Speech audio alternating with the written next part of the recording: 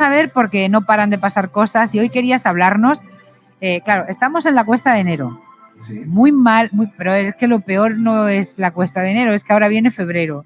Que ahora ya está al caer la tarjeta de crédito con todos los gastos excesivos que hemos hecho para Reyes y demás. Y entonces querías hablar de las empresas que adelantan la nómina, porque hay que poner una luz roja, hay que mirar todo esto con mucho cuidado. Sinceramente, yo no sabía que existían. O sea, hay cosas que sorprenden y eso es, por eso me gusta tanto el capitalismo, porque se ve oportunidades de negocio donde dices, no me lo puedo creer, porque tú puedes pensar, bueno, tengo algún problema, hablo con mi empresa, me adelantan algo del salario, que es como hasta ahora se había hecho, pero no, hay empresas que lo hacen, ¿no? Entonces, claro, hoy de lo que se trata es, ¿deben existir estas empresas? Podemos decir que sí, ¿no? Dentro de una sociedad libre, ellos han detectado un problema. Y ahí es donde, ese problema es donde quiero hacer hincapié, porque eso es un problema estructural que no solamente pasa en España, pasa a nivel internacional. Como siempre, los pensadores de esta idea, ¿de dónde vienen? De Estados Unidos, ¿no? Allí ya hay algunas... Dime. Sí. No, que digo que de Estados Unidos viene todo, lo bueno y lo malo. Exacto. Entonces, son muchos. Aquí en España había dos empresas, una ha sido absorbida por una inglesa y ahora tenemos otra empresa. Pero, claro, tú fíjate cómo es esta gente, ¿por qué llegan a la conclusión de que hay un nicho? Bueno, pues porque somos una sociedad en la cual la educación financiera y el saber ahorrar y todo lo que conlleva esto que llevamos hablando ya tantos meses, no se hace. Entonces la gente, en parte con lo que tú has dicho, va pasando apuros. Entonces, ¿qué prefieren? Adelantar la nómina, van pidiendo. Y claro, ese ir pidiendo, lo que no se dan cuenta es que van ganando cada vez menos dinero, porque hay que pagar un porcentaje a esas empresas. Bien es verdad que hay distintas empresas. ¿Qué quiero decir? Hay algunas empresas que llegan ya a un acuerdo con la empresa que te tiene contratado. Entonces, cuando tú vas a pedir ese anticipo, no es tu empresa quien te lo da. Ya es directamente la otra empresa que a través de un porcentaje, pues negociado con la empresa, te das adelanto. Y luego sí que hay otras empresas que ya negocian directamente con el trabajador. Pero nos tenemos que dar cuenta que ese porcentaje también está un poco en entredicho porque en función de cómo se dé puede entrar en usura, ¿vale? Ahí habría que verlo. No es un caso que esté yendo por ahí, pero bueno, que entienda la gente que hay que tener cuidado. ¿Qué están intentando vender estas empresas para que no se vean como algo malo? Pues que te ayudan a ahorrar. ¿Por qué? Porque van a tener aplicaciones que te van a ir diciendo si entras en descubierto, te van a avisar. Fíjate qué generoso. Si vas a entrar en descubierto, te avisan, ¿no? En vez de decir, no, te vamos a enseñar a que te sepas planificar bien, ¿no? Que ese es al final la cuestión. Tú dices ahora, y eso lo veremos, lo podemos enlazar ya si quieres, un poquito con lo que son las tarjetas revolving, ¿no? Yo leía ayer que este producto y las hipotecas multidivisa son las que mayores problemas han tenido y son las que están en prácticamente todos los juzgados de España, ¿no? Porque la gente, claro, es que no sabe lo que contratan, es que es muy fuerte, ¿vale? Es decir, lo que son las tarjetas revolving, ¿es un mal necesario? Yo pienso que no, o sea, si la gente, y es otra vez volver a lo mismo, si la gente entiende que cuando tú estás pagando con una tarjeta de crédito tienes unos intereses desproporcionados, no, lo siguiente, porque no estás hablando de un préstamo personal, no, te vas a una tarjeta que mes a mes te puede cobrar, ¿qué? ¿Un 20% de intereses? Es una auténtica barbaridad. De ahí que muchos juzgados, pues al final el cliente final gana. Pero el problema de ese cliente que entra en lo que se llama la rueda de la rata, ¿por qué? Porque está constantemente tirando de la tarjeta y volviendo a pagar. La historia creo, Sergio, es no ya un 20 o más, que hay tarjetas de estas que puede ser hasta un 30, hasta un 100 y hasta mucho más. El problema es que pagas intereses sobre intereses. Claro. O sea, no solamente ya es que pagues unos intereses por un dinero que has pedido, sino que te cobran los intereses antes de hacer el descuento, ¿sabes? Entonces, estás pagando constantemente sobre intereses de tal modo que al final del tiempo, pues si has pedido 1.000, terminas pagando pues 1.500, digo 1.500, 2.500, una cosa absolutamente fuera de toda razón. Y por eso, efectivamente, todos los que lo llevan a... Sobre todo porque esto no te lo cuentan. O sea, yo tenía el caso particular de un amigo que me dice, no, si es que me dijeron que iba a pagar un 6% o un 3%, no sé, un 2%. Digo, ya, pero no te dijeron que mensual. Entonces, claro, te han dicho 2, pero multiplica por 12. Entonces estamos hablando de un 24%. Y estas cosas que en la letra pequeña, y además como es tan pequeña, que también ahí los jueces han dicho que eso no vale, porque claro, no te enteras, pues es lo que está haciendo que la falta de transparencia que estén ganando, claro, todos los que están poniendo demandas. Exacto. Perdón. Exacto. Y puede que a lo mejor no tengan que pagar toda la cantidad, es decir, que a lo mejor condonen cierta parte, pero el problema de esa persona es si toma conciencia de que tiene que planificar sus finanzas, tomar las riendas y decir, tengo que hacer un presupuesto, qué objetivos vitales tenemos, qué presupuesto, la protección, es decir, lo que siempre aquí hablamos y que la gente no hace, y ese es el problema, porque estas personas a lo mejor paran de utilizar la tarjeta, pero de repente piden un préstamo. Vale, el préstamo puede tener menor interés, pero aún así lo tienen que estar pagando y todos los meses no llegan a final de mes. Entonces, el mensaje constantemente es, por favor, parar, planificar y que no vale es que para ahorrar 10 euros al mes no me merece la pena. Bueno, en tu situación, a lo mejor esos 10 euros al final de año son 120 euros. Efectivamente. Si eso, no voy a decir que lo inviertes y de repente vas a estar ganando a través del interés compuesto a final de 10 o 15 años vas a tener 1 millón, porque no quiero ir por esos términos, porque muchas veces cuando vemos fotos de eso del interés compuesto todo suena muy bien, pero luego para entender que se llega a esas cifras pues hay que ir aportando cada vez más dinero, ¿no? Pero simplemente el hecho de que uno se pare y diga ¿qué ingresos tengo? ¿Cómo los puedo mejorar? ¿No tengo forma? Perfecto. Donde tengo que entrar es en los gastos. Y una vez que yo tengo reducido los gastos, ya sé lo que ahorro. Y que a lo mejor ese ahorro durante 6 meses, 1 año, vamos a decir entre comillas que lo pierdes para pagar esas deudas que tienes. Perfecto, pero te quedas limpio. Y a partir de ahí es cuando tú generas tu fondo de emergencia, etcétera. Entonces, estas empresas han detectado que en España hay un endeudamiento, bien es verdad que desde el 2008 más bajo, pero que la gente está endeudada, que les cuesta llegar a ahorrar y han dicho, ponemos aquí el negocio. Bien es verdad que luego también hay algunas cantidades que no se puede, es decir, no puedes pedir el 100% de la nómina, etcétera, pero da igual. El hecho de que cualquier trabajador tenga que estar recurriendo a estas empresas y que estas empresas detecten que hay un potencial de crecimiento enorme, Esther, sí. Porque el problema es que ven un potencial de crecimiento enorme, porque son estas fintechs que lo que van consiguiendo cada vez es que más inversores privados, los hedge funds, etcétera, les vayan aportando más dinero, con lo cual ven un negocio muy importante. Vamos a decir que en este caso yo vendría a ser el Superman de las familias, ¿no? Sí.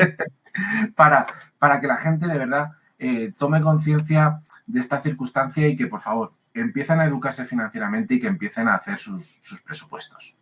Que sí, que es verdad que, bueno, cada uno sabe en su casa cómo está su situación, pero yo siempre se lo decía a la gente cuando estamos en un tema más ahogado.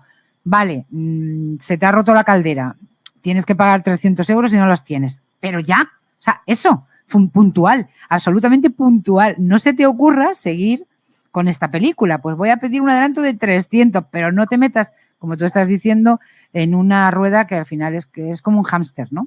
Estás todo el día dando vueltas. Pues a ver si nos hacen caso. Bueno, es una lucha que cuesta en este país.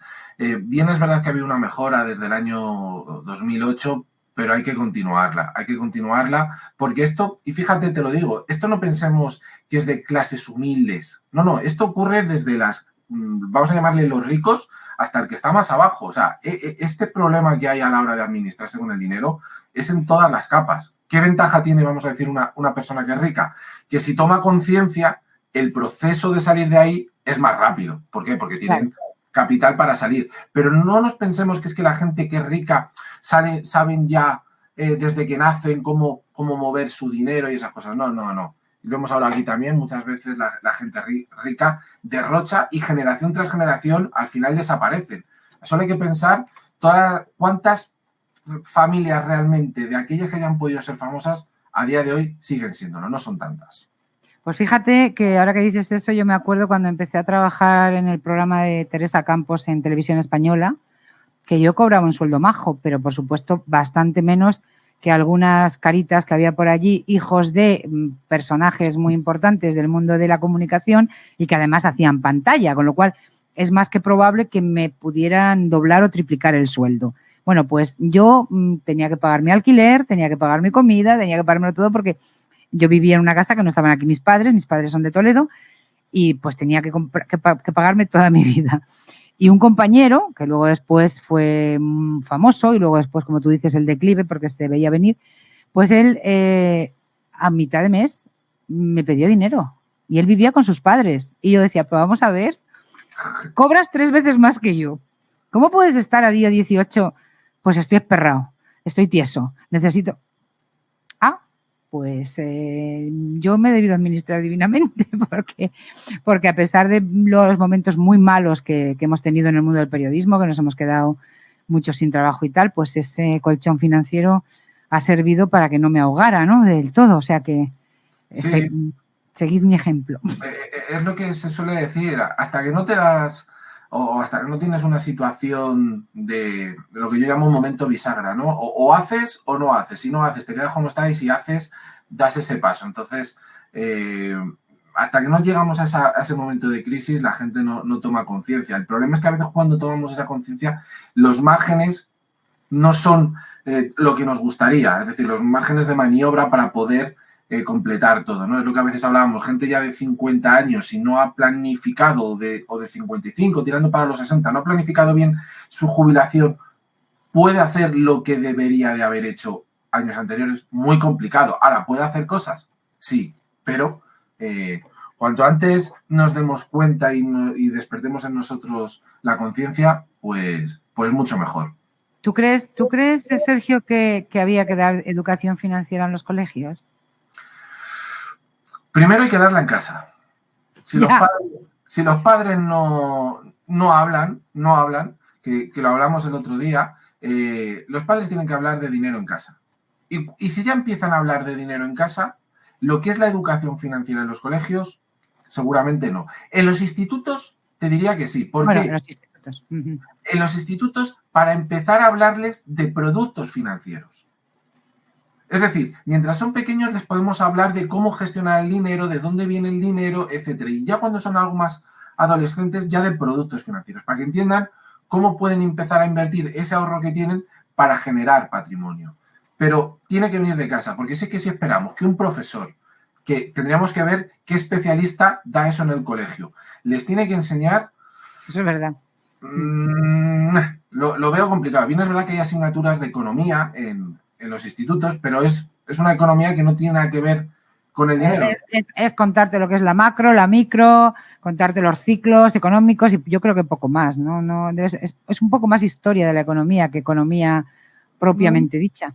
No, hablan también de cómo se gestiona una empresa, etcétera, pero al final no te enseñan el día a día. Es decir, lo que tú te vas a llevar día a día cuando tú tienes que hacer tus cosas. Es decir, entender que tienes que ahorrar para tener una casa, para tener sanidad privada, todo. Para que entiendas que no tienes que depender de nadie. Ese proceso al final te lo enseñan en casa. Pero bueno, en el colegio si hubiera algo parecido, que hay alguna asociación como la de educadores y planificadores financieros que van a los colegios y institutos. Hay otras asociaciones también, incluso la CNMV tiene esa disponibilidad. Bueno, pues es ir haciendo un poco, pero todo parte desde que los papás y las mamás tomen conciencia. Tenemos 2 minutos o 3. ¿Quieres añadir algo más o directamente ya voy a por Frank Sinatra? No, una cosita muy rápida. Para aquellos que tengan cuenta en BBVA, estarán muy contentos porque ahora BBVA ya lleva tiempo que tiene una parte de brokeraje, ¿no? Y ahora han abierto para poner unos productos financieros que se llaman CFDs. Bien, hay gente que a lo mejor no tiene cuenta y lo ha visto y dirá, oye, ¿puedo abrir cuenta con el BBVA? La parte positiva, Banco Español, regulación española, cualquier problema podemos resolverla aquí. Parte mala, vigilar el tema de las comisiones.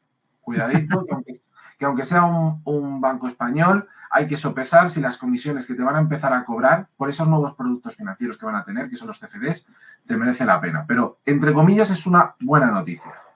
Me gusta mucho eso que dices de, aunque sea un banco español, yo diría, porque es un banco español. ¿Se están cobrando en el resto de Europa los bancos la barbaridad de comisiones que están cobrando los bancos en España?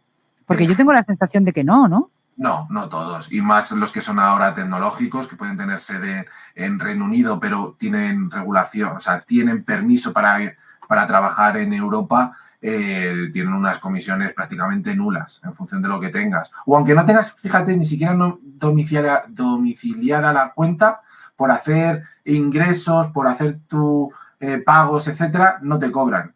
Y no estamos hablando de nóminas ni tener productos. O sea, hay que echarle un vistazo. ¿Qué ocurre? No tienen sede física en España. Ese es el pero de siempre, ¿no? Sí, no, yo es que el otro día mi hermana estaba mirando unas hipotecas y me decía que estaban muy bien las del BBVA. Digo, pues, mirad bien, la letra pequeña de Hombre, todo. A estar en Europa, a día de hoy podríamos contratar una hipoteca en Alemania perfectamente. Pues sería seguramente bastante más barata porque aquí los bancos nos están dando por todos los lados, de verdad, hasta que aprendan, porque como vienen todos ahora, vamos a tener el banco en Amazon y el banco, las gafas estas, ¿cómo es, no? Google. La realidad virtual, el metaverso. Eso es. Pues Sergio Valverde, sergiovalverdegroup.com, ahí es donde podéis encontrar a nuestro planificador, educador y asesor financiero y ir a verle, concertar una cita si tenéis algún problema, porque os va a asesorar siempre desde la honestidad, algo muy complicado. Muchísimas gracias, cúrate.